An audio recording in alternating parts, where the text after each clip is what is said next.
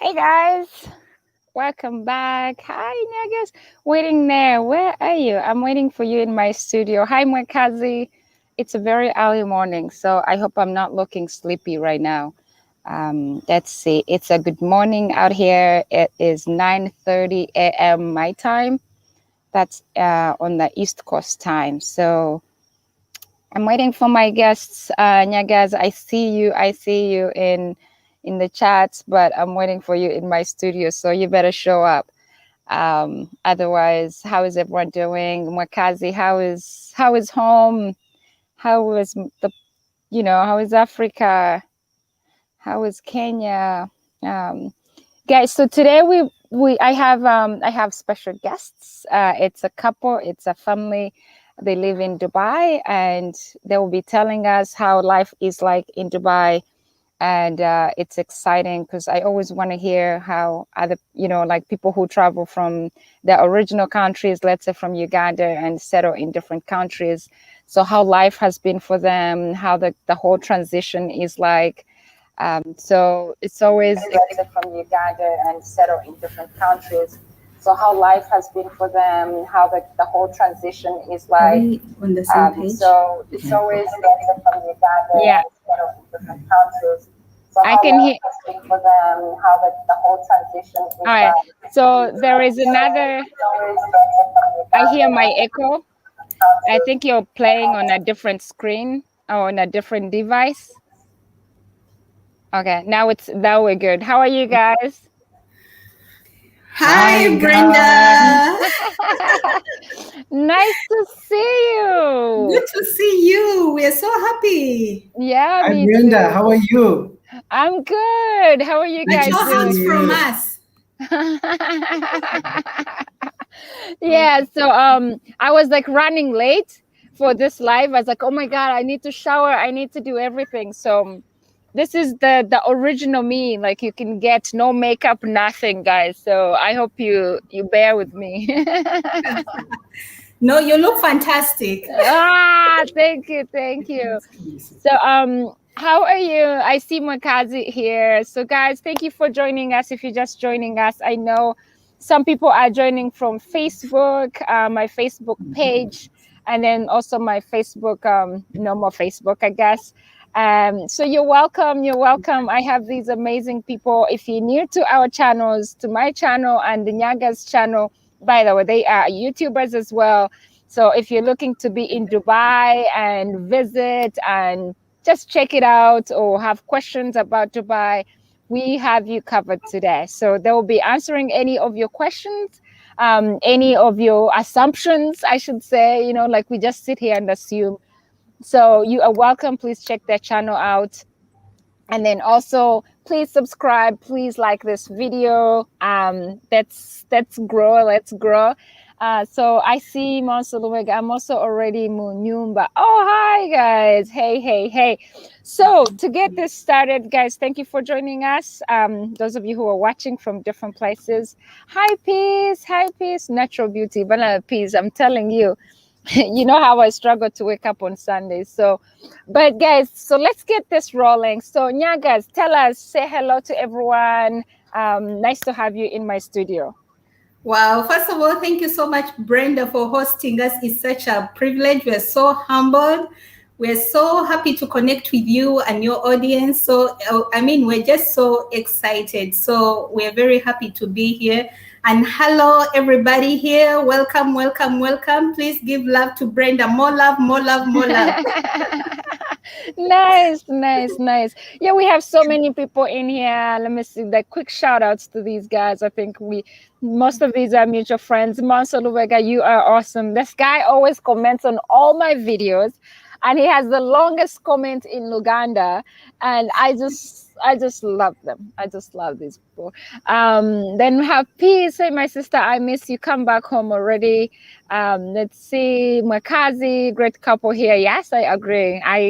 They are goals. They are goals. I love them. Makazi, good to see you. Wow. Yeah. PC, thank you for hosting them. Of course, of course. Greetings from South Africa. Hey, Toya. Oh my gosh, I'll be in South Africa very soon. I'm excited. I wish I could meet all these people. That would be so awesome. Nyagas in Dubai, you guys are amazing. I agree. They are amazing. So tell us, who are you guys? I don't know you. I'm not gonna say anything about you. You tell us. Wow. I guess ladies first. Right? See, this is how people escape. Yeah, guys always ladies first. Ladies first. Anyway, Mhm. yeah, just something brief about the Nyagas. A brief introduction about the Nyagas. We're just yes. My name is Doris, and this is my husband Moses. I was born and brought up in Uganda. Moses was born and brought up in Kenya. So we had just finished high school, and we went to India for college, and that's where we met. And we started dating from our fresh year, and for 4 years actually, from first year till the end of college. Graduated, and after 1 year, after graduation we went back, worked in Uganda. Moses came and worked in Uganda. We saved all money for our wedding. Our Kwanjula fast. Angela, that's right. Yeah. And our wedding, because by then in just 1 year you don't have many friends, so we had to foot everything almost. And then yes, after 2 years, we had our wedding in Nairobi, Kenya, which was amazing. And after 2 years, we got our first son, and then we moved to UAE in 2007. Yeah. Wow, 2007. nice. And we have been here in UAE since. And yeah, in 2012, that's when we got our second born. So we have been in UAE for like the longest time, and we're here to answer all your questions and to share our experiences with you. So that's the in brief. And what does the mister have to say? You thought he got off the hook, huh? No. That's how the Makazi did the same thing to me. So he's like, Pauline, your time. And Pauline is like looking at him like, so what's your side of the story? Tell me. Yeah. Yes, I thought I'd escaped it, but the ball has come back to me. So, yeah, just like Doris has said, when you think of Nyagas in Dubai, there are these young man and young lady who go for further studies in India. And we first started dating in our, I can say in our first year in our college. And down the road, we get serious on our relationship, and we finish our studies in India, focus to go back home and reunite again. And we have a story of how we left India because we wanted to, to live at the same time, going back home, because we were so much in love, I should say, and we are still much in love. Oh, look at you guys. 21 years of friendship. That is awesome. Yes. So we fly back home, and at the airport, when you're flying back home, a scenario happens, and Doris has to leave me because we had excess luggage, and so I was forced to be left behind, sorting my things. And we go to Kenya. I go to Kenya, Doris goes to Uganda. And later on, we meet in Uganda. I work in Uganda. And afterwards, I come to UAE first. Then Doris joins me with our firstborn. And we have been here since then, 14 years down the road. Wow. I have like so many questions. We could write a whole book about you guys. So that is such an amazing story. Like, I love how Mwakazi just said it here. Look at this. So both born from different parts, started dating in different countries, now living in a different country. Tell me about it. Yes. Like, oh yeah, I hope we're not moving to another country. I don't know. Well, you never know. You guys are so young. Before you Yeah. know it, you'll be packing bags. You're like, we're going to, I don't know, Netherlands, some other European country. But that's amazing. Thank you guys for telling us who you are. That's Yeah. such a Thank great you. story. So, okay, so now I'm gonna first ask you about the lavish relationship here. So, because I love when people are from different cultures, so it always intrigues me to know how everything went. Like, because of course I'm married to a Muzungu, so that is like ah, you know. Yeah. So, but then we also forget that even like us, the blacks being married to different, people from different countries, different cultures, it's still different cultures. So, Yes. so how was it when you guys first met? You're Kenyan, she's Ugandan. Were you like, of course, I know you were blown away by the beautiful hope, like so. But tell me, how was it like at first? Were you skeptical or how was it for you? Ladies first. Nah, I know. Men first. Men first this time. Men first. Okay, okay, Brenda, let me just tell my version, yeah? Okay, okay. I'll just make it kind of brief. Mm-hmm. But to be specific, I landed in India on the 3rd of November. Mm-hmm. That was in 1999. So it was, I think, on a Wednesday. But it was on Saturday that I actually met Moses. It was because we're Seventh-day Adventists. Mm-hmm. And this was an Adventist college, so we go to church on Saturday. So on Saturday morning, we crossed paths. I mean, I was with a Ugandan friend, Mm-hmm. and this friend was his friend because Oh. he was in college before me. Me, I was a freshman, and for him, he was already there. A senior So, or whatever, yeah. yeah, he was like second year ish. So we just met, and of course they were friends with this lady, and they exchanged greetings and all that. And Brenda, can you believe this friend never introduced us? And so Moses never said hi to me. I also never said hi to him. And this is so strange and I don't know how to describe it, but till today I just don't get it. How do two people meet and don't say hi to each other? He says, I'll never forget that. But really, can you imagine that? Anyway, I just kept quiet, but I was like, that is so strange, But anyway, later on in the day, this was Saturday morning, getting ready for church and all. So later on, we had this big conference at the campus, and it was service, church service. So I saw him standing in the choir. I love singing, and even in Uganda, the school I went there because of singing. That was Bugema Secondary School. I don't know. Oh my gosh, you guys used to sing on UTV on Yes. Saturdays. Wow, Yeah, oh my gosh, that was so good. It was such a good program. I would always tune in. Oh, my sister, my big sister used to. Adventist half hour. Yeah, that was the program. So like, Bugema, where, singing music, very good.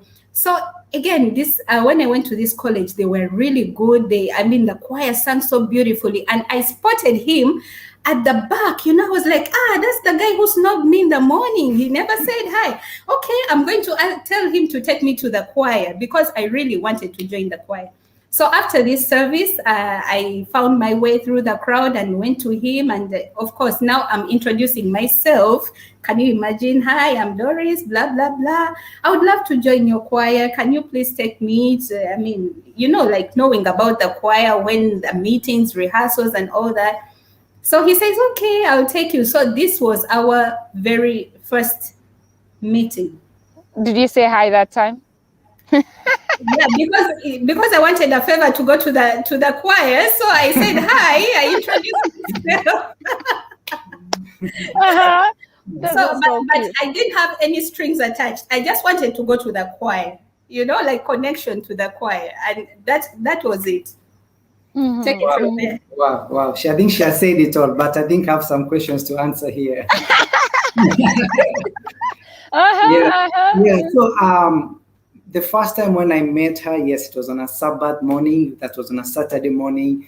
And here we meet. I meet this my friend with this beautiful lady. So I was used to many Ugandans coming to the campus at that time. Okay. So especially during the worship, they're coming for worship. So like I didn't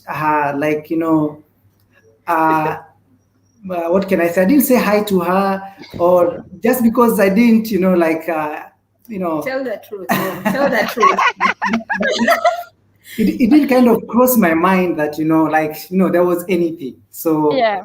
Brenda, let me tell you the truth. The truth is, he said he snubbed me because he knew that Ugandan ladies were proud.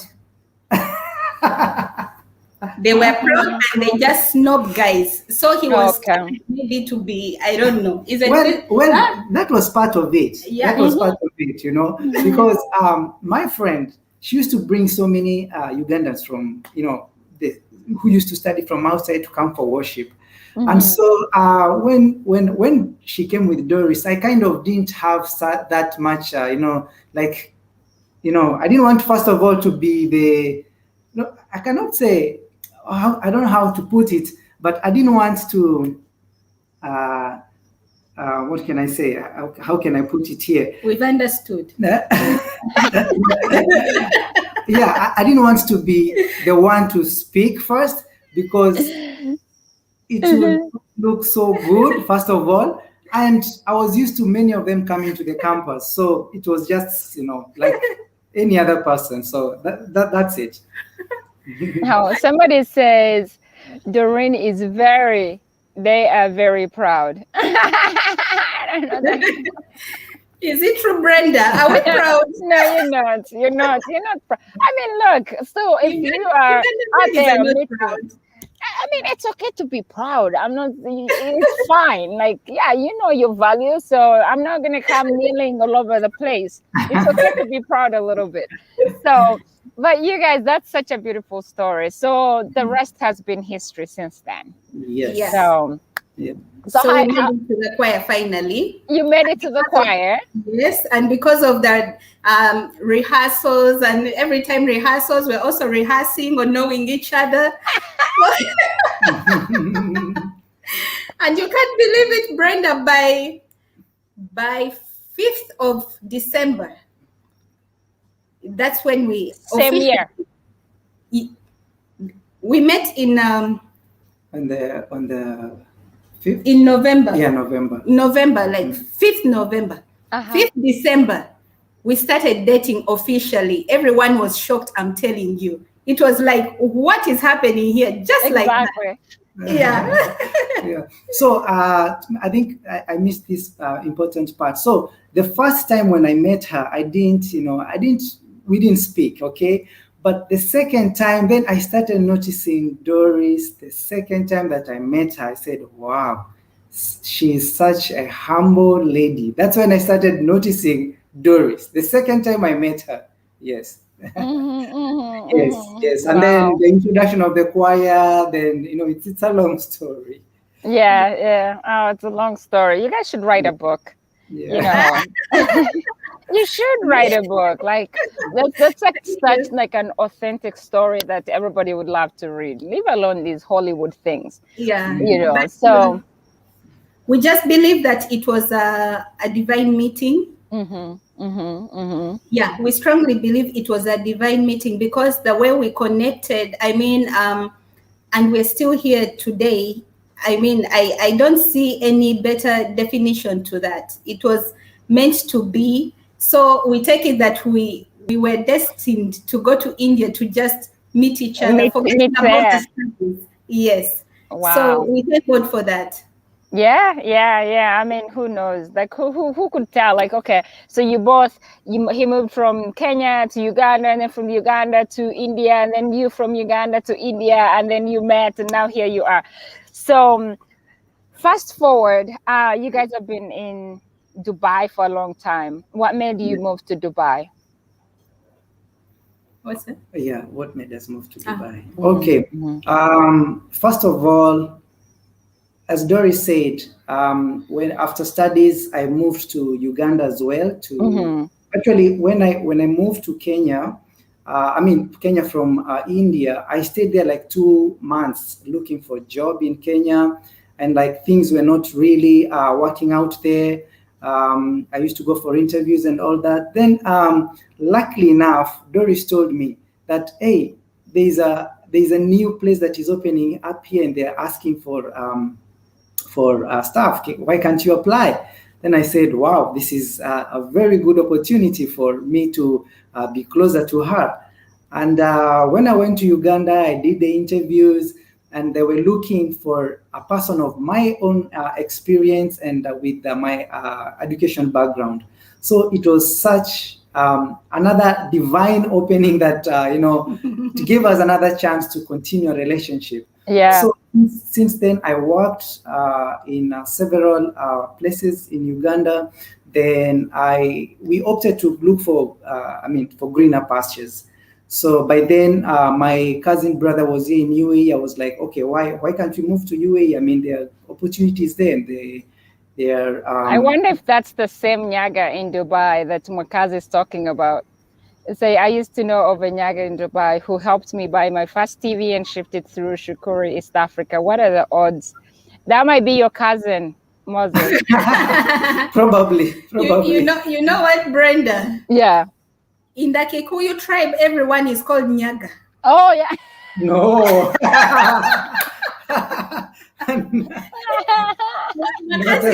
Mwakazi can testify. Are you sure? Njoroge, Njugi.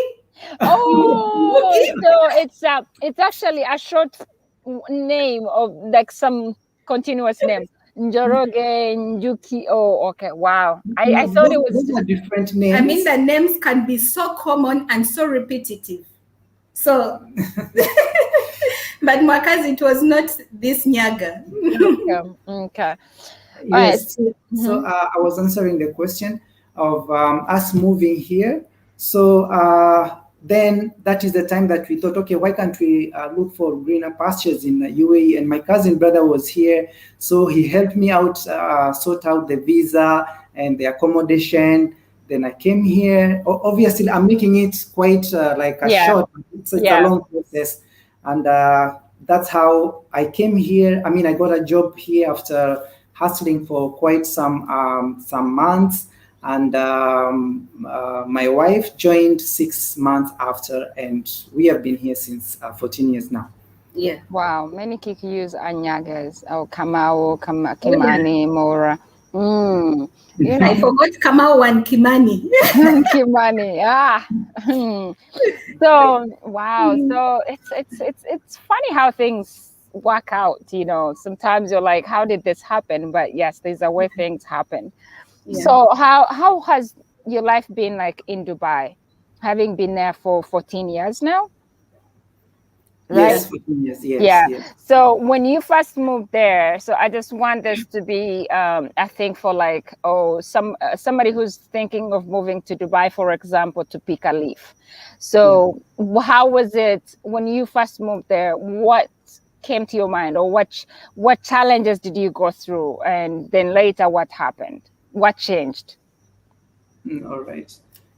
Mm-hmm. Yeah. So to begin with, it's myself who first came here. Mm-hmm. And by the time that I came here, things were not as they are right now, because right now things are a bit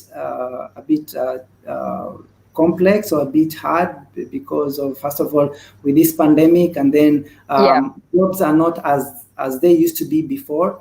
So I moved in here on a visit visa. That was a tourist visa, a visit visa. Mm-hmm. I had 1 month. Actually, I had only 1 month a visit visa. So I had to start looking for a job from the first day. So the challenge is how long was your visa? How the duration for it? It was 1 month, but renewable for 1 more month. That was by then, because immigration rules here keep on changing. Yeah. Currently, there is a 3 months visa. By that time, it was only 2 months. So yeah, so I came here and I hustled for a job. I used to wake up very early in the morning, go to the internet cafe, fax, email, you use all the available avenues that are available for a job. To look for a job, and that time it was also not quite easy to get a job, but still, like I can say, I applied I applied so many jobs until almost when my visa is expiring. I'm like, I've not gotten a job, but by God's grace, I was able to get a job in the last week when I was almost about to exit. To give up, yeah. Yes. So some of the challenges that are there when you coming to look for a job, first of all, is the visa, because it kind of chases you. If you come with, like, especially with 1 month visa, you really be under pressure of time. And you're under pressure of getting a job, and mind you, sometimes maybe you've borrowed some money so that you come and look for a better opportunity here. So the challenge is the visa, the time frame that you have to get a job. Yeah, actually, Brenda, the reality here is that you find that, okay, when you come, first of all, the visas are not cheap. Yeah. It's like $100, and then you have spent on a ticket, to a return ticket. So you already have that pressure of getting that money together. Okay. And then coming here, you realize that the cost of living is way expensive. Yeah. For example, I'll be practical here.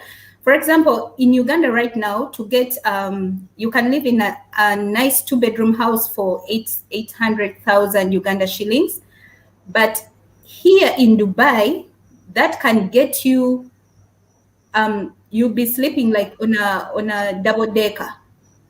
Wow. So like a studio kind of thing.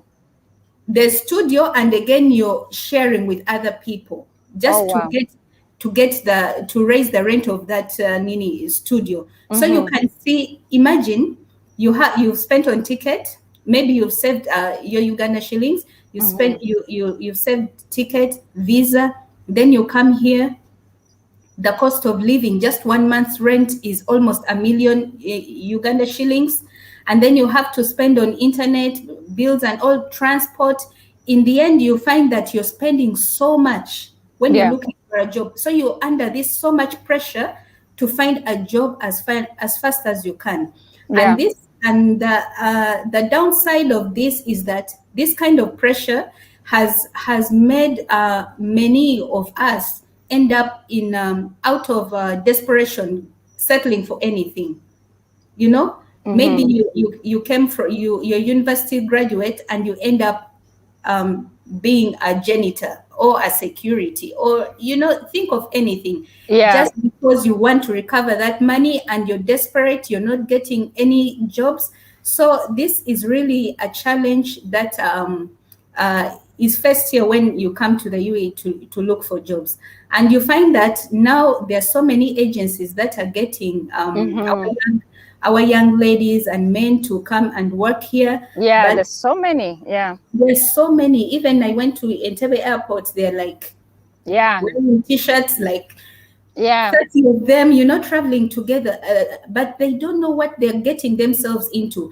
But in this way, when they use the agency, they are cutting on this frustration of spending money and yet not knowing if they're going to get a job or not.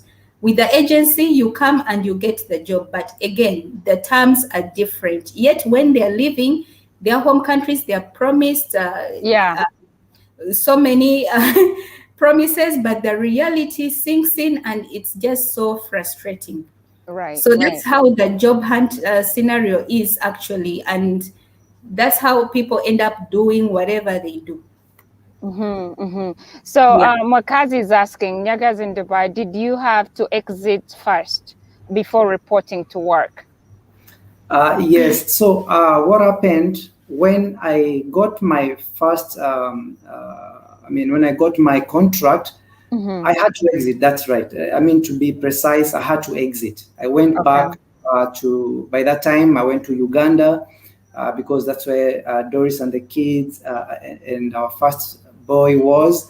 And then I came back with. With a fresh stamp as now I'm coming for employment. Okay. Was it hard, or what did you have to show this time at the embassy, let's say, to be given another visa? Did you show like proof of employment?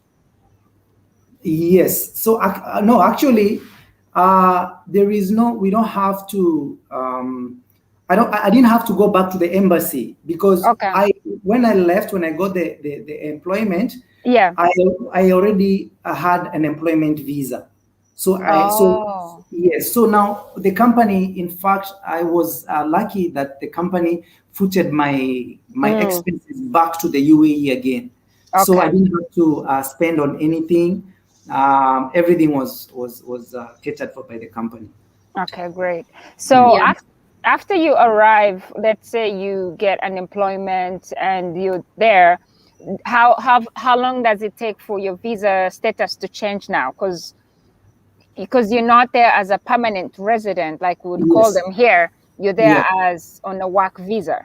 Yes. So do you keep renewing that? Are you still on that visa, or how long does it take for for the status to change? Okay. So first of all, Brenda, just to go back a bit, Yeah. UAE is a country where rules keep changing. Yeah. By the time we came, you find that for him to change his status from a visitor to a resident, he had to. It was like a must. That's why they require that you should have a return ticket. Okay. Yeah, but at the moment you don't have to. In case you still are under a valid stay of visiting and you're lucky to get a job, you can the company can easily process it and you switch when you're still within the country. I see. So yeah, so that has changed. Yeah. And when it comes to changing the status, actually when the company processes, thankfully it's the company that processes it. Yeah. Because here in UAE, it's like our stay here depends on our work. Without work, there's no visa. That's how I it see. is. And that's why in the UAE, you don't find beggars. You don't find street kids. You don't find homeless people, I should say, unless they're hiding somewhere. But the system is in a way that you should be supported with an income for you to stay in the UAE. Okay, that's nice. Yeah. So within the, so the company is like your sponsor. They're responsible for you, and so they're the ones to process your resident visa. So by the time he was coming, they had to do all the paperwork. The company does the paperwork, and then they send you the visa. And then when you come in the country, you just present the it's like you're already a resident. Yeah. And that they only have, because you would have traveled with your passport. Yes. So when you come into the country, they will stamp now the 2 years visa in your passport. It's always valid for 2 years. Even for a child who was born here, 2 years. Even for those who were born here 30 years ago, every 2 years they have to renew. Every 2 years you have to renew. 2 years. Wow. That's why we're called residents. We are not citizens. It's like you're always reminded that at some day you have to go back to your country. Really? That's interesting. I didn't know that. Wow. Yeah. So even people who were born there? Yes. Now, like our son, the younger one, he was born here, but still we had to get his Kenyan passport, and we still have to renew his visa, like the rest of us who just came in. Oh my gosh, this is how they protect their country. Wow. There are some other visas that are like 3 years visa. Yeah. There are two types of residence visa. There is 2 years and 3 years. So it depends on how the company is registered. That's how you're given the visa, the residence visa. So there are some who renew after 3 years, there are some who renew after 2 years. And there are some exceptional cases for if you're a big investor or you have property like above 1 million, then there's another kind of status. Oh, wow. That's different. That's very different. That's interesting. It's so interesting, yeah. Yeah, wow. These are things we never get to know unless you're here. No, unless you're there. Yeah. Wow. I had no idea. Like here, the process is different. You can be a green card holder. And after that, pretty much you can stay as a green card holder. You can keep renewing it or apply for citizenship. And then that's the end of it. So you're there. So, but for you guys, it's different. So is that process fair? Do you feel like it's an okay process? Maybe you're used to it now, but do you have to pay money every time you're renewing it? What's the process like? Actually, we have to pay money. Maybe we spoke on one way of coming to the UAE, that is by visit visa. Can I talk about a different way? Yes. Yes. Because we have people listening, maybe we can give options from our experience. When it came to me, first of all, when Moses got in the UAE, it's when you get a job, it's determines, your salary determines whether you'll have your family here or not. It's not like is it because of affordability? Yes. As I said here, you don't find street kids and beggars because the system kind of caters for everything. So like if you're going to bring your family, there's a minimum amount of 4,000 salary of 4,000 dirhams. That is like 1,000. How much dollars? Yeah, you can say 1,200. Some rough estimate. This is like the minimum for you to bring a family. So this is something we really prayed about even before God gave Moses a job, that we will be able to be together as a family. Yeah. So, and thankfully God answered that prayer, and that's how he was able to apply for my visa to come. Like it's called a family visa. Okay. It's another way for someone to come to UAE. But you have to be legally married, and the marriage certificate has to be attested by the embassy here, the embassy in your home country. But that's how I managed to come here. And then they had to put the visa in my passport. That means that again, every 2 years, I have to pay for my visa if I'm on my husband's visa. But get a job and I can transfer to my company, and then the company will foot the bills for the visa. Wow. It sounds like a never-ending process. Yeah, it is. Yes. It is. So every 2 years we get notification. Yes, renew your visa. Wow. Visa ID, all this kind of thing. Every 2 years. So, but they don't give you a hard time when you're renewing the visa. Is it like a smooth process, or do they have to revisit your funds or to see like your financial status by then to make sure you can still afford? Or if you don't afford, because then that that's against their older rule, or before you come here you have to be making, let's say, $2,000 a month to be able, so how do they do it? Yes, every time you go to renew the visa, they have to review again all your documents. Okay. So your salary, you have to attest your salary certificate.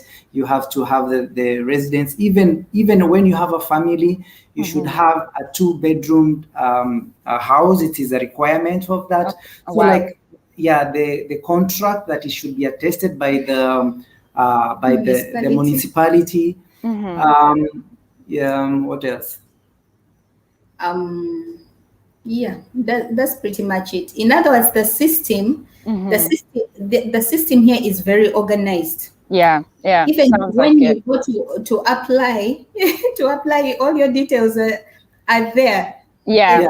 So like it's every time you renew, everything is again reviewed again. Yes. Yeah. Yes. So do you think do you guys know of any incidences where people don't go back to renew? Let's say they came and now they don't really have a job if they're to renew their visas and stuff, whereby the system can kick them out. Do they actually follow it to the point of like they will trust you and then they'll throw you out of the country?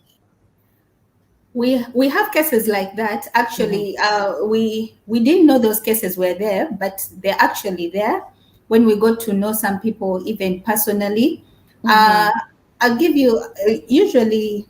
Okay, I'll give one example. The husband was doing well, and in fact, he was a business owner with his family, happily married, and then he got into some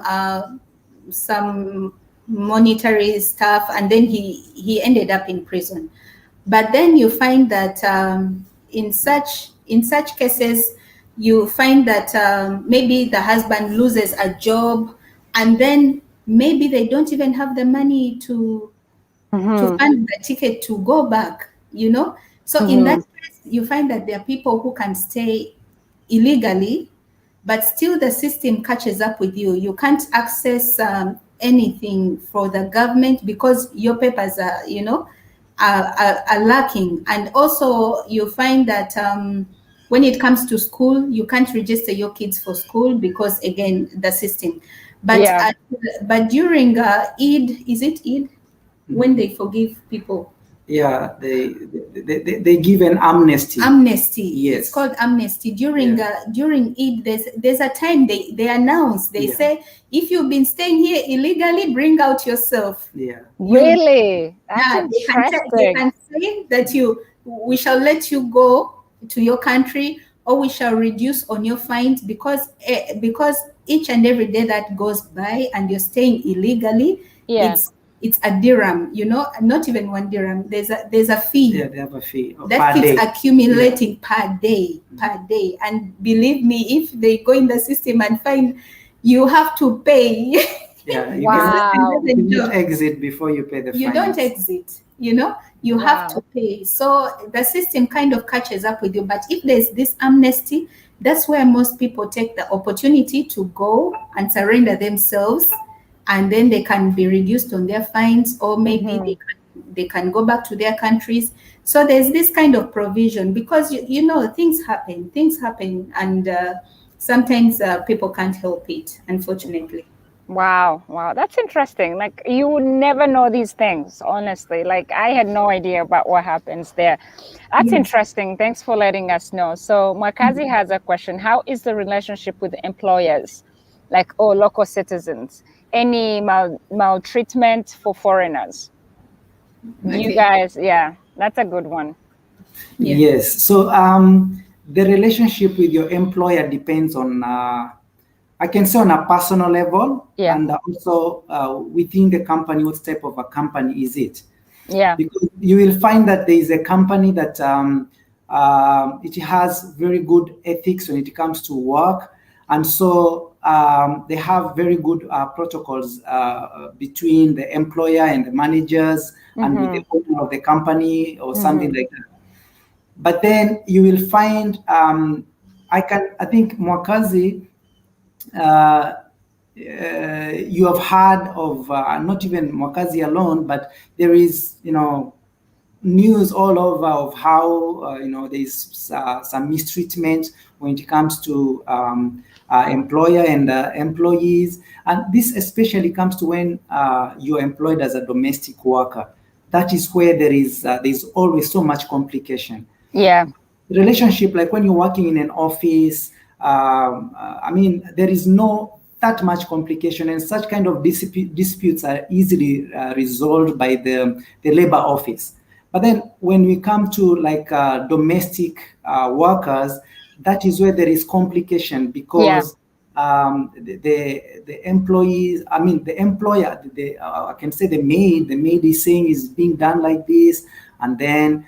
But I should say that here in UAE, there is not so many cases of that. There should be maybe 1 or 2 or maybe a few of them, but is not as I hear in our neighboring countries like Saudi and Oh yeah, neighboring. like Saudi Arabia. Yeah, yeah. Yeah, so Yeah. so the relationship depends with what type of work and where you're working. Yeah. So does the country have like good, let's say, rules to protect, like, let's say, domestic workers? Do you feel like, or even employees? Yes. Yeah. Yes, yes, we Okay. have a very Yeah. active Ministry of Labor that they handle such disputes, and especially in UAE. One of the reasons that I love about this country is because of the systems that they have put. Whether is a local who has offended me, Yeah. they still hear me. You Okay, know, that's good. That's good. Yes. Sometimes you might be on the road, then there is an accident, then the local is talking the local language, the Arab, but still you will find that they are hearing in both sides. They are not Okay. biased. Yeah, something that I've Mm. really appreciated of being here. Oh, that's Yeah. very, very good to hear, because there's so much stereotype about Arabic countries and Yeah. how they treat, let's say, foreigners or people of color. But Yeah. that's really, really good to hear about, like, Dubai or UAE. So wow. So Actually, sorry, Brenda. Just to add on that, actually, you find that the UAE stands out in the Middle East as one of the best countries to live, because it has put up a system that accommodates people from all over the world. It's mhm, it's true, it's an Islamic country, it's a Muslim country, and here we follow the Sharia law, and we respect the Sharia law. But at the same time, they have the systems are built, and the people, I mean, the mindset, people are open minds, have open mindset that they can accommodate people from all walks of life.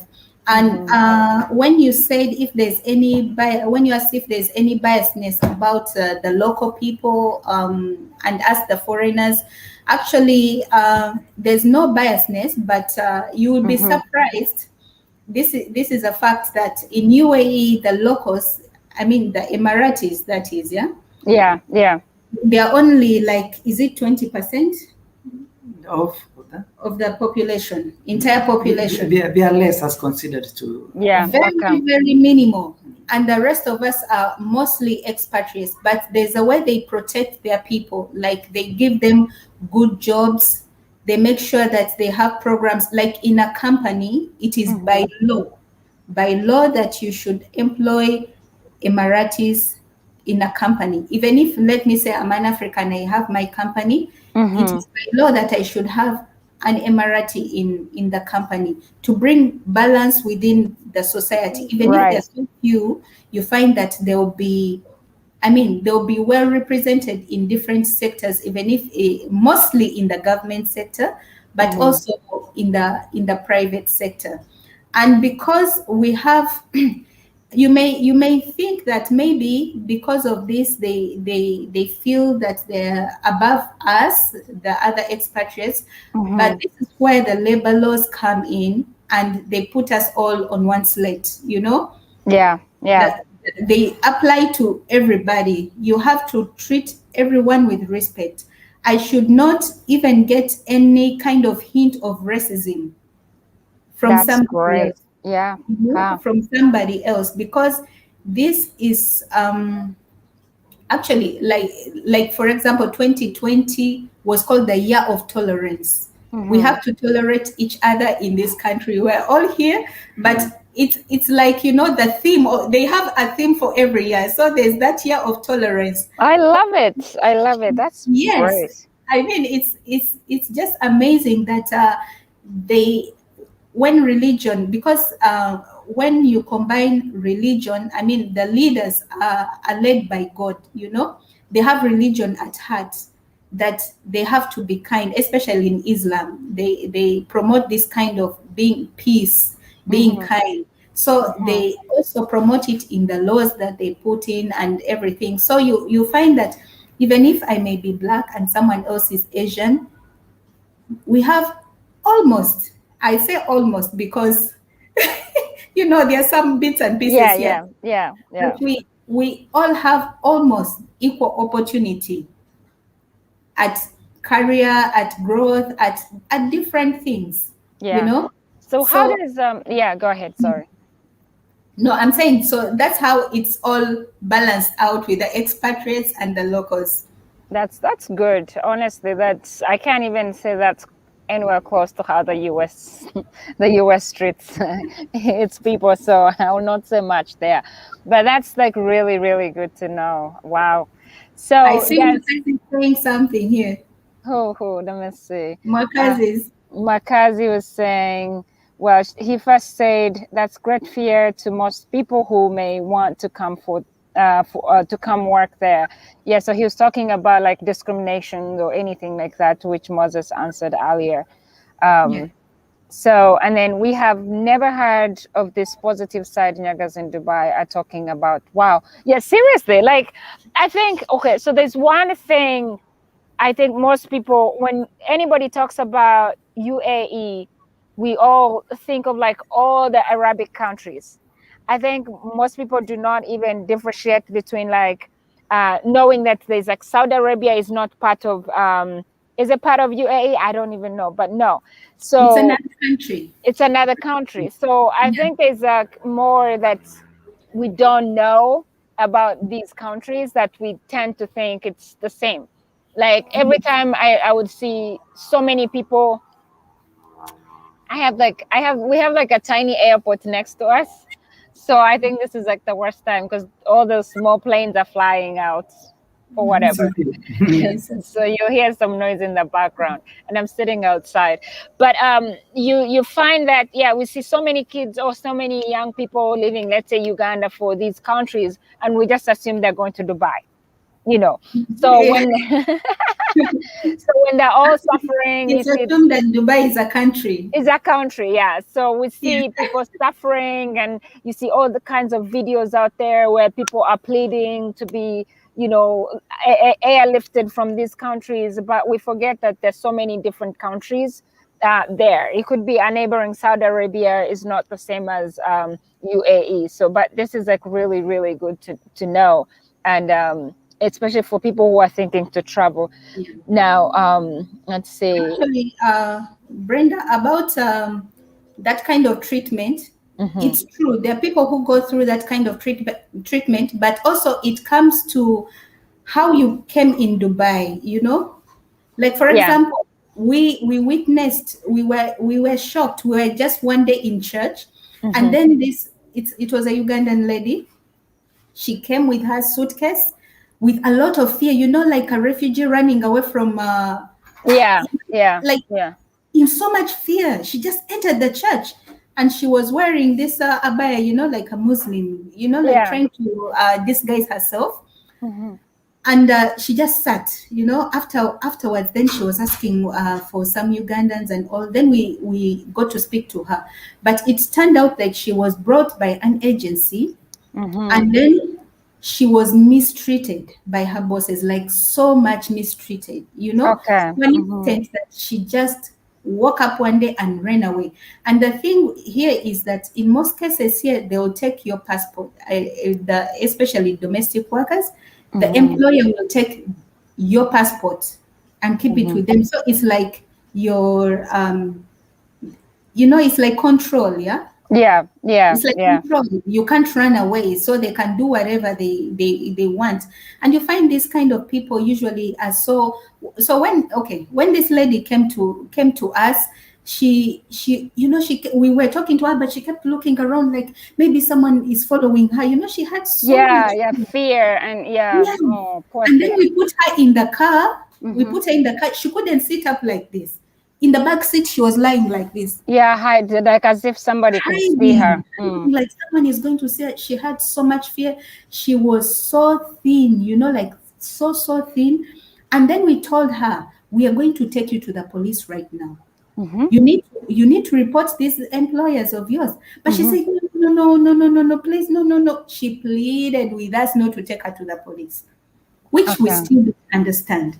But you can see, maybe if she went to the police, what could that be the worst case scenario? I Maybe don't they would know. have given her passport and she goes back to Uganda. But some of these people, I don't know, they also get scared of going to the police because they know their employees will get back at them in a very bad way. So Yeah, there's that fear. There's that there's fear that for their fear. life. So There's that fear.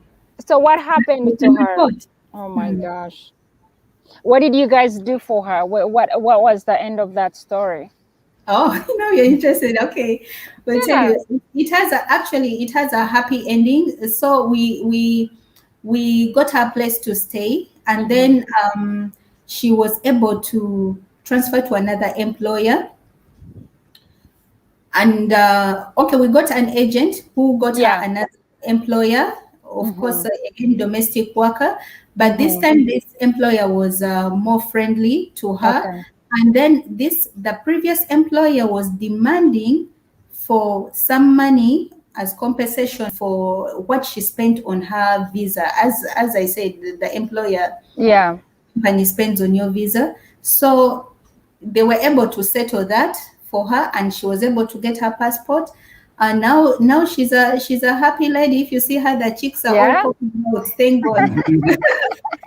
Thank God. Ah, Yeah. I So mean, that's nice. That's nice. Yeah. Yeah, because I mean, may- that's so maybe much that we've read in papers on social yeah. media. So many of those people, especially domestic workers, being mistreated by different bosses.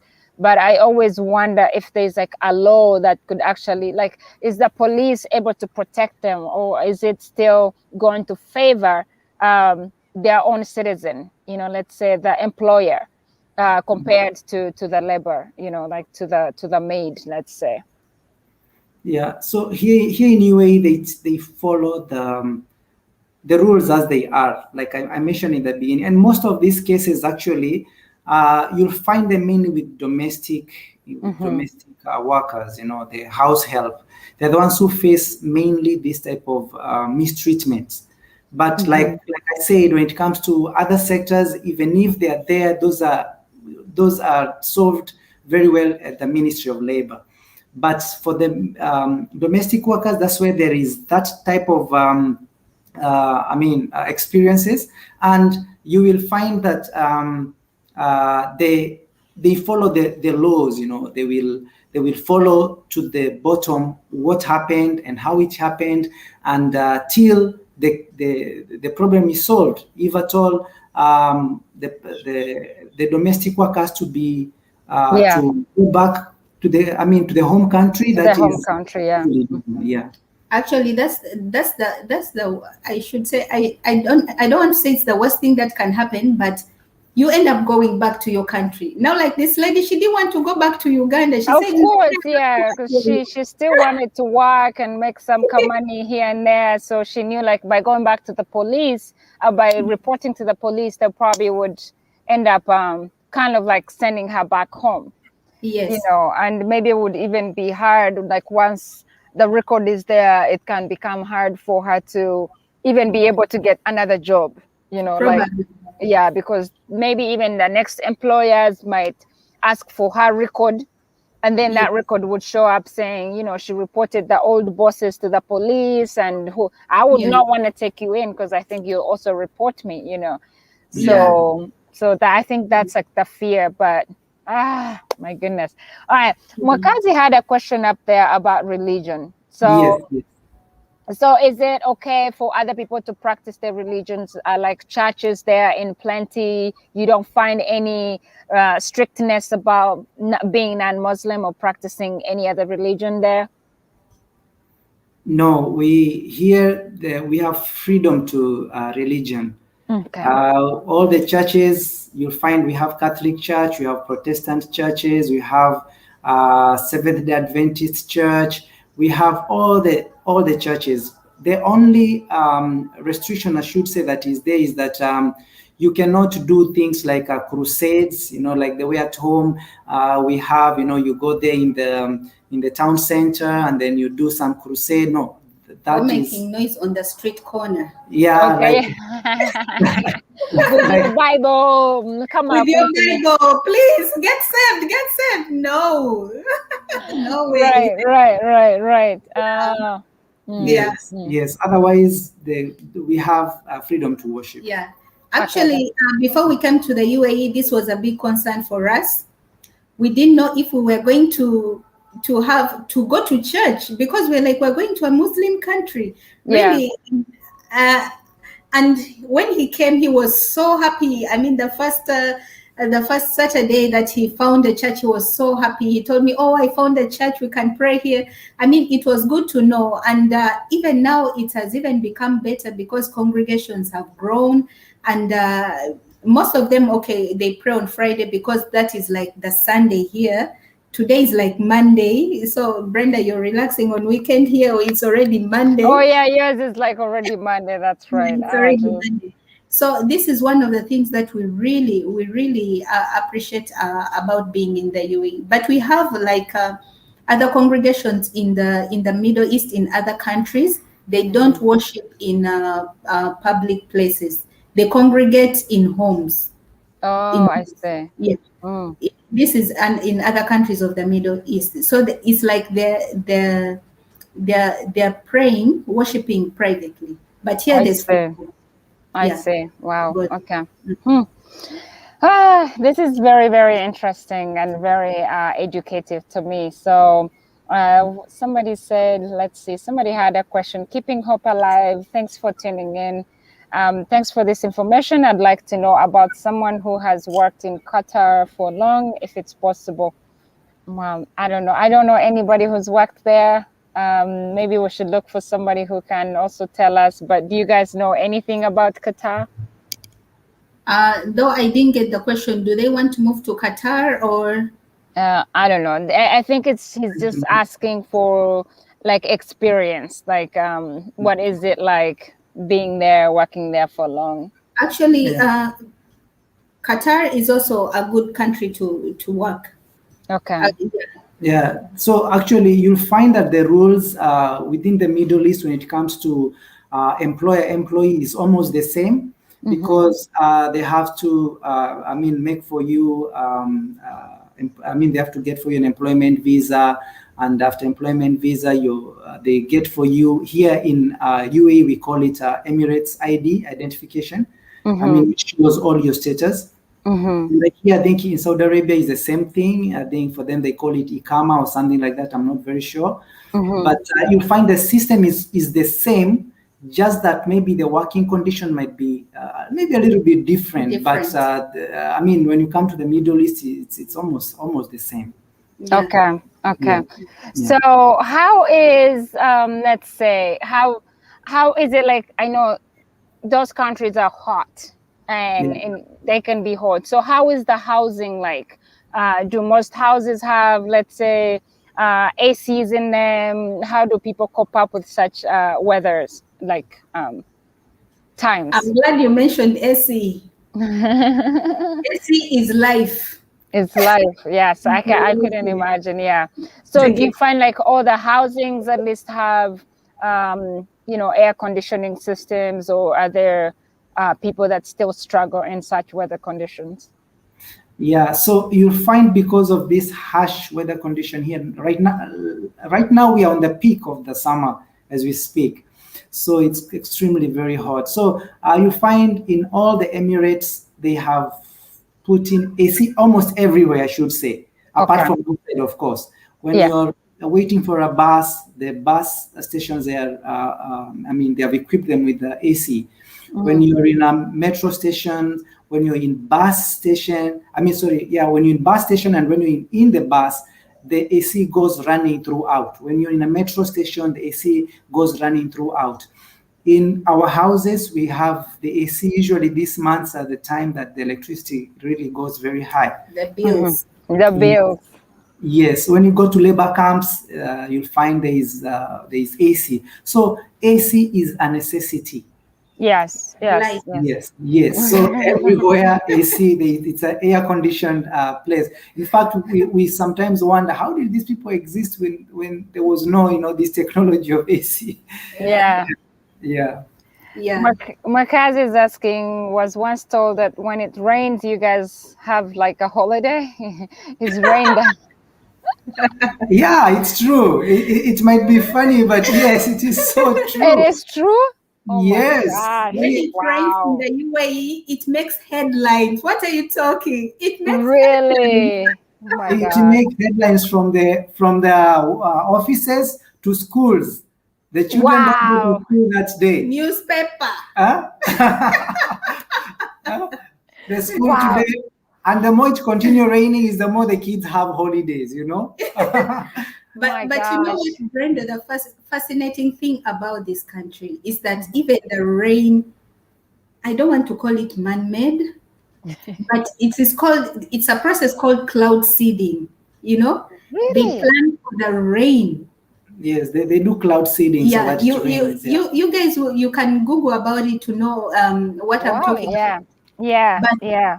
it's called cloud seeding. It's like there's harvest and there's planting, seeding of the clouds, something like that. You know the process of making rain. So Yeah. Yeah. they do that. They plan it that in this year now, like in 2019, it really and it rains in December when seasons are changing from Mhm. winter to from autumn to winter or winter to summer, but especially autumn to winter around that time, that is November, December, it can really rain. And because usually the roads, the system, the road network here is not built with, you know, these deep gullies we have in our Africa, you know, taking Yeah. Yeah. rivers of water, of rain. No, we don't have Yeah. that here. So that like the roads are just neatly done. There's no provision for water outlet. They make the provisions, but Very I mean, not to drain so much water. floods. So when Wow. it Yeah. rains, and if it rains a lot, you find that it just floods in a short time.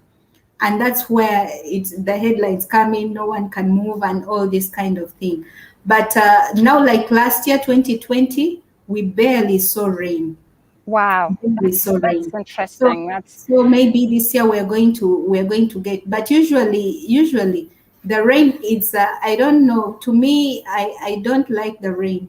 It's just a total mess. I'm it's telling just you. a total mess. It's Wow. just I mean, I'm just imagining. So how do people who have gardens, like how do they survive? Is there like everybody has like artificial irrigation?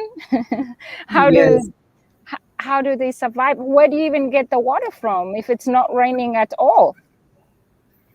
Well, you'll find such places like they are in specific parts of the Emirates, especially in Alain. That's where you'll find mostly their farms. There's a place called Alain. Mhm. That's where you'll find their farms. So in these farms, mainly you find that they're situated near an oasis, or they have a way of how to do the irrigation. They do the greenhousing, and Yeah, yeah, they are using the artificial way of farming, but there is still farming that goes on. We that eat goes on. tomatoes from the UAE, cucumbers from the UAE. Yeah. So the farming still goes on because they have found how to solve this issue. they have irrigation. And Yeah, you know, it may surprise you that in UAE, when you come to the UAE, the the landscape can just blow your mind. it's It's like so nice and good. green. Green flowers. I'm telling you, and yet for us who are blessed with rain all year round, Yeah, you like have we can't nothing. even maintain that, you know. Yeah, wow. It's because you know they import flowers, they import the grass, they import the soil, and every vegetation you see, almost every vegetation you see in the UAE, there's an irrigation system Wow. under every So tree. There'll be, so is it easy for you guys to get like fresh vegetables and fruits? Is it like all season, all year round, or you have like specific time when you like I have to get some beans, I have to get some some tomatoes, and then what happens? Freeze them or whatever. oh wow, Yeah, you'll find we actually knew we get everything. I should say Oh no, everything. every month there's no like season for it. Yes, there is no season for it. Why? It is because most of the food that comes here, it comes from, yeah, it's exported. Imported? It's exported. Yeah, imported, yeah. It is imported, yes. It comes from other countries. So once you go to the supermarket, you'll find apples throughout. You'll find oranges throughout. You'll find sukuma wiki or kales Kale, throughout. yeah. Yeah. Are So they expensive? it depends with the. Now Where they that is come where the season comes in. Okay. So you'll find that there's a season when tomato prices they are quite high, and you'll find some time when it is very cheap. Bananas, the same thing. Things like oranges, the same thing. So it depends with the availability, the demand and supply. The beautiful thing about here is that you get to eat food from all over the world. You can go and decide to eat mango from South Africa or from Philippines or from Uganda or avocado from Kenya. There's a lot of avocado from Kenya, Lumonde from Uganda, and they put the country. So it's your choice. It's your choice. But of course, the price also matters. Yeah, I'm sure it would be system is in expensive. a way that there's food supply, continuous food supply in the country. Wow. So we have Toya here has a question. From what I gather, the manual jobs tend to pay to underpay considering the high cost living in UAE. How do people cope, especially with regards to accommodation? How much is the average salary for like a person, let's say not a corporate job? Like how much do you think they make? Okay. Okay, it depends with the type of the manual job. If we talk of something like, let's say, construction. Yeah. Construction they could be paying. They can get a pay of from 1,500 to 2,000 dirhams. That is around. We shall tell you. Yeah. So like it depends with the type of manual job. When it comes to like cleaners, sometimes cleaners they will get a pay of around 800 to 1,500, depending with where that cleaner is working. Right. Some companies will pay less than 1,000. Of course, if they are giving you less than 800 is like 800,000 Uganda shillings when we just do the. So that's for a range of $400 to $600 a month. Yeah, a month. Yeah. But going back to Toya's question, what companies do here, for example, if it is these menial jobs like construction, being a janitor, security, obviously with this kind of salary, you when it comes to you paying your own accommodation, you won't have anything left. Yeah. So what they do, the company organizes for accommodation. They call it company accommodation, where they take care of your accommodation, and they also provide transportation. Yeah. So you won't spend on accommodation. You won't spend on transportation. All you have to cater for is your food and other simple expenses. Especially accommodation in UAE is crazy. Really, it's really high. So that's why companies for this kind of jobs, they always give accommodation. At least once you have a place to stay, it's you can plan for the rest of your income. But for those like $1,000 and above, in that case, you can look for your own accommodation, because they indicate within your salary your accommodation allowance, and it's up to you on how to sort yourself as far as accommodation is concerned. So that's how they work it out here. So do they have does the government have, let's say, a way it pays some people, let's say like the older people who are retired? Does it have like here we have what we call social security fund. So if you've been working and paying taxes, of course, you're saving some money. So, and then you put it in that fund whereby if you retire, the government keeps paying you some money. So does Dubai, let's say Dubai or UAE, have something like that for the elder people? Yes. So every employee who is employed, there is some money that is saved at the end of every month, and this we call this actually gratuity. Okay. Because like you'll find that not so many people, some people come here and they spend maybe 1 year, or they spend 2 years. This is a transition country whereby people don't stay a lifetime. So they don't have something like NSSF, but they have like that gratuity, and that gratuity every month there is some money that goes which is allocated for that. So like when you're going to terminate your contract, then you are paid that gratuity and everything, it is settled. Okay, you're giving back that money. Oh, that's good. Yes. Unless you can start from somewhere. Cool. Yes. So do you guys have like big, let's say, African communities where maybe you get together sometimes, share some meals, or that's a kind of different there? Or people like kept to themselves, or you find like Africans, let's say, are open to meeting? Only associate with Wazungus. Yeah. Just kidding. We have such get-togethers, and you'll find mainly in like it's country-wise. Like you'll find that in Kenya they have days that it's Madaraka Day, and the embassy organizes that a hall whereby they bring some comedians from Kenya, and just and we have a meal together, to just bring that togetherness of the Kenyans in diaspora who are in the UAE. Yes. Oh, that's good. That's a good thing. Yeah. So Ugandans also do the same. So it is from country to country they do that. So does subsidized housing exist, or anything like senior citizen housing? That's a good one, sister to sister. So this is something we have in the US. So I wonder if it's like the same for like UAE. In UAE, you find that just as we mentioned, expats, you come and go. Yeah, because if you don't have a job, you go. You go. You no job, you have problems, you go. You go. You have issues with the system, you go.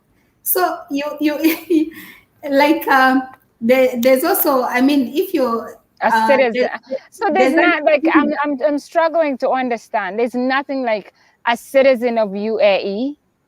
The citizen of UAE is the local. Okay, so like those locals, so that's what I'm thinking. That's what she's saying. So this is usually for like the citizens, so the Emiratis. Yeah, exactly. For the expatriates, I mean, for the locals, actually, the government really caters for them in a nice way, because we have colleagues, for example. They're given housing. I mean, they were given houses, and they pay for them at a minimal fee. Like mortgage. Yes. And here, even the locals, you find that their water bills, utility bills, are cheaper than the expatriates. Yeah, of course. Yeah, they're cheaper. So even when it comes to financing housing or loans or whatever, I mean, the government has really taken good care of such things for them. So even for those who are retiring, like in their old age, they have also an arrangement for them for their retirement, to make sure that they're comfortable. Wow, that's great. But that doesn't apply for us, the expats. No, your expats can always go back to our your own gratuity, country. like Moses explained, that money like NSSF, our NSSF at the end. And then when you leave the job or you're going to your country, yes, this is all you take with you.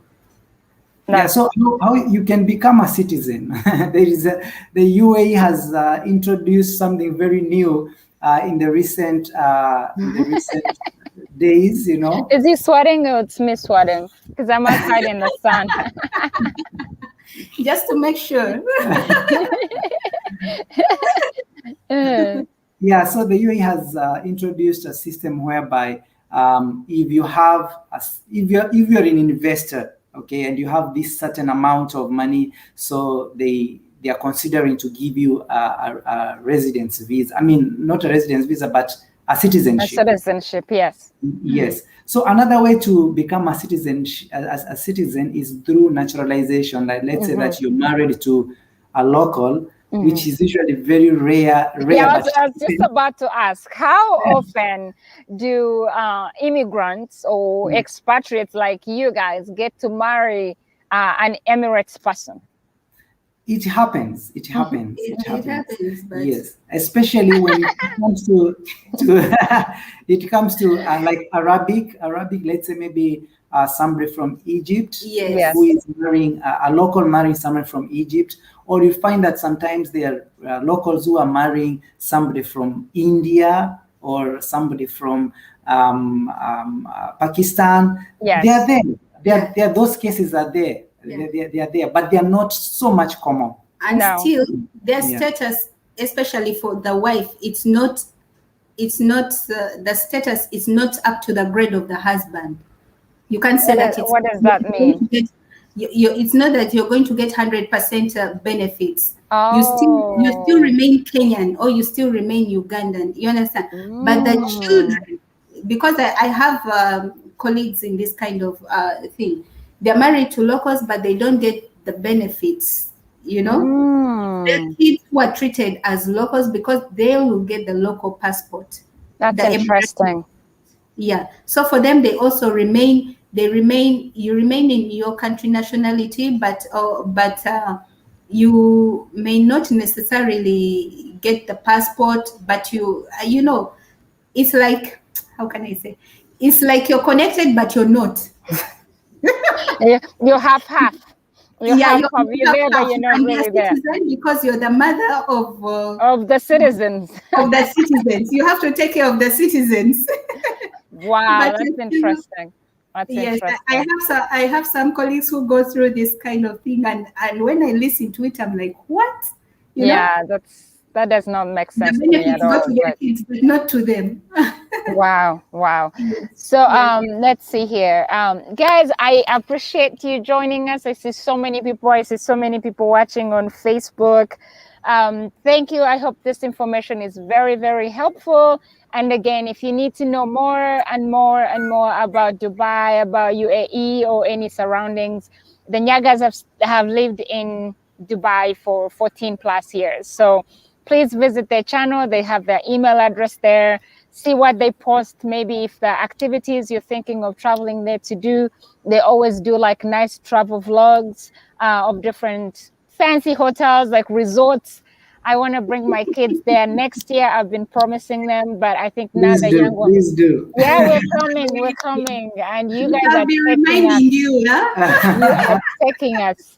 So they will have a blast, trust me. Yes, they will. So they, you know, my older son is 11, and he asked me last year, like, I think he watched some video on YouTube, and it's the resort that you guys just went to.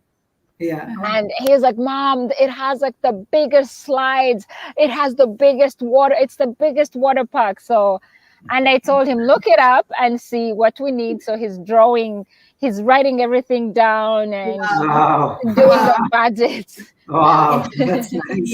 Yeah. He's like, we can stay at this hotel. It costs this much. So I gave him that responsibility. I'm like, figure everything out. We have other things that we have to worry about. Wow. Yes. So, and then he came back. He's like, my God, it's so many hours though. So, but I said, you guys will get on a plane, maybe fall asleep. By the time you wake up, we'll be almost there, or watch some movies. So, but I have to bring them. I promised them maybe next summer we'll be bringing them. So, fingers crossed. And of course, I'll be like, we're coming.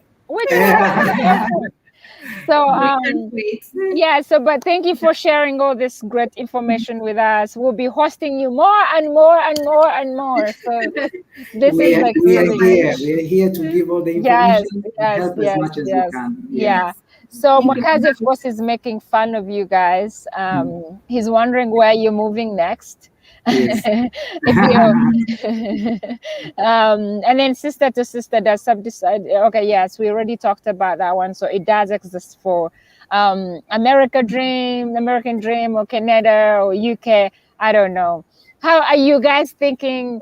So, like here, most people think of buying a house. Is it a Yes. thing in Dubai, let's say, on the UAE as well, whereby you can buy a house? How expensive? How is the process like, especially if you're not a citizen? All right. It's good that Mwakazi has asked that question. Yeah. Where to next? Because To Mombasa, Mm.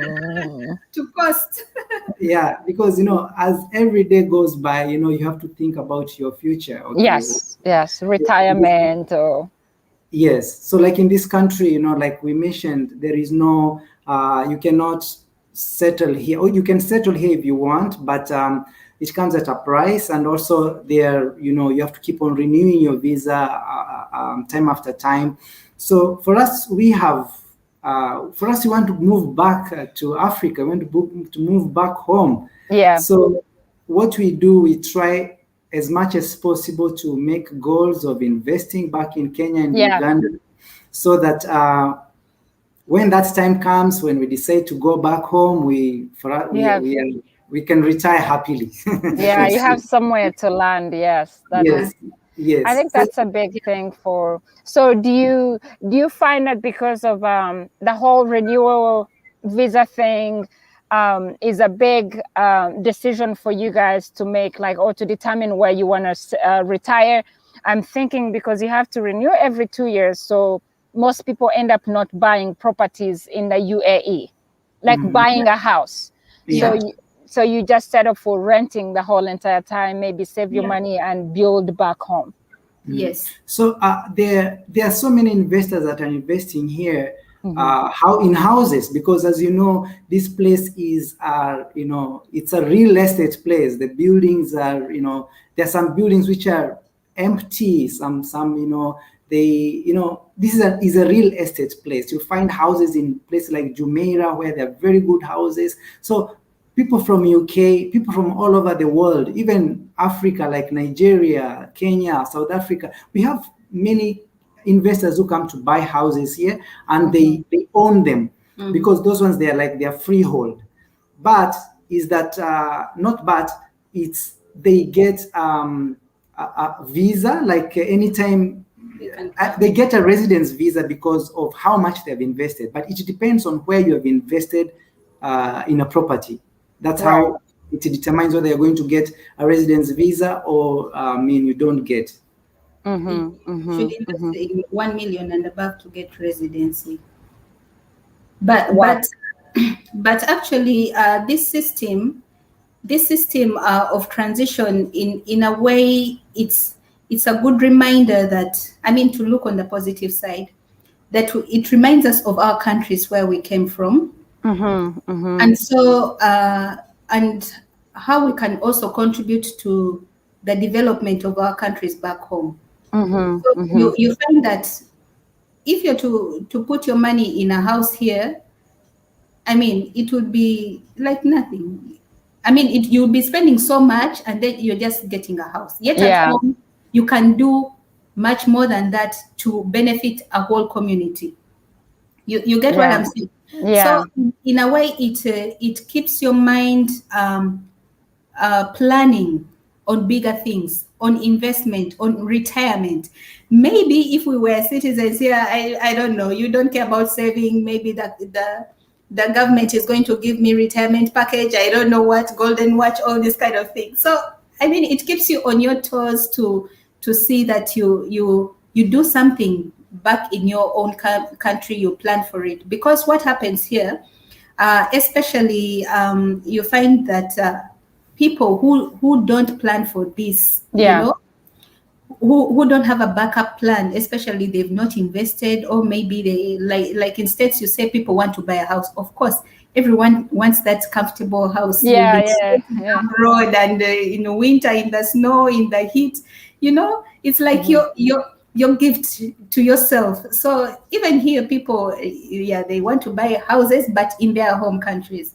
So you find that in case something happens in between and this dream is not realized, It is so frustrating when people like you lose their jobs and they have to go back to their countries with nothing. Yeah. They get so comfortable here in Dubai, live lavishly, and forget that they have to save for, when for they that go back time home or when they that don't time. have that income. And you find it, and sometimes people say, okay, I'm going to leave Dubai, I've made enough money. They go back and then they come back. Of course, because they just go party and finish it.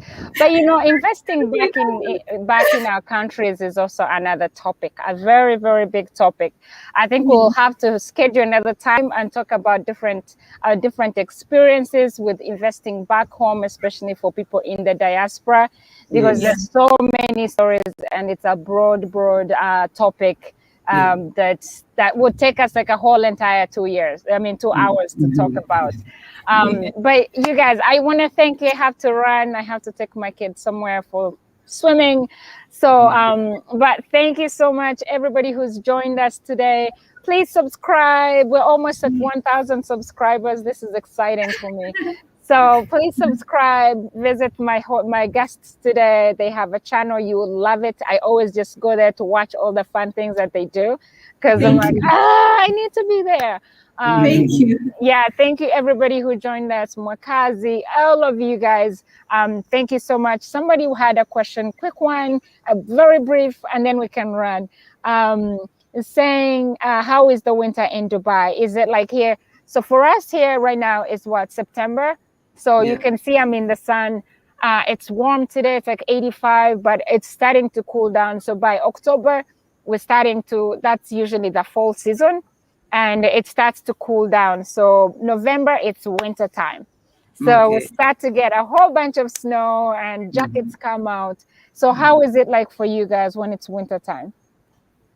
Yeah, it's the winters are also cold, especially by November. By November, actually, you can say that in October, November is the fall, and then December to January, February, that will be the winter. But it really gets cold, but not to an extent of snowing. It doesn't snow here. I mean, the worst is that there's a very cool breeze. That desert breeze that can really blow, the wind which blows till your bone. You feel like chill, gives you the chills. That's the coldest it can get, but it's bearable. It's not extreme at all. Oh, okay. Anyway, you guys have lived there for a while. You probably are used to it. So do you travel back home that often?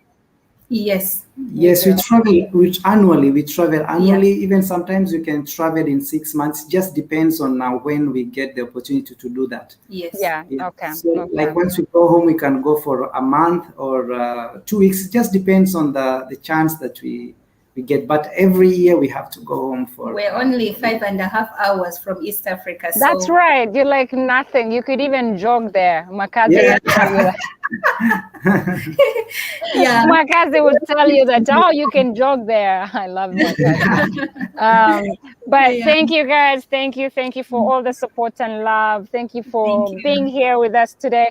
I'll host you again. I want to hear about parenting in UAE. How is it like? Yes, for you guys, like your kids. How are the disciplinary measures that you guys take there? Because it's different for us here. Kiboko. I'll be in prison. Kiboko. So, and then how is it? We have so much we need to talk about and share with the rest of the people. But I want to appreciate you. Thank you for all your time. Oh my gosh, I've been in the kitchen warming my mawolo and now living for check. Thank you, Lubega. Thank you guys. I want to appreciate everybody who's tuning in from Facebook, from Nyaga's channel. Please, thank you. Subscribe, like the video. Let's support each other. So yes. Ciao. Thank you so much. Be blessed, guys. God bless. See you again. See you again. Bye-bye. Bye.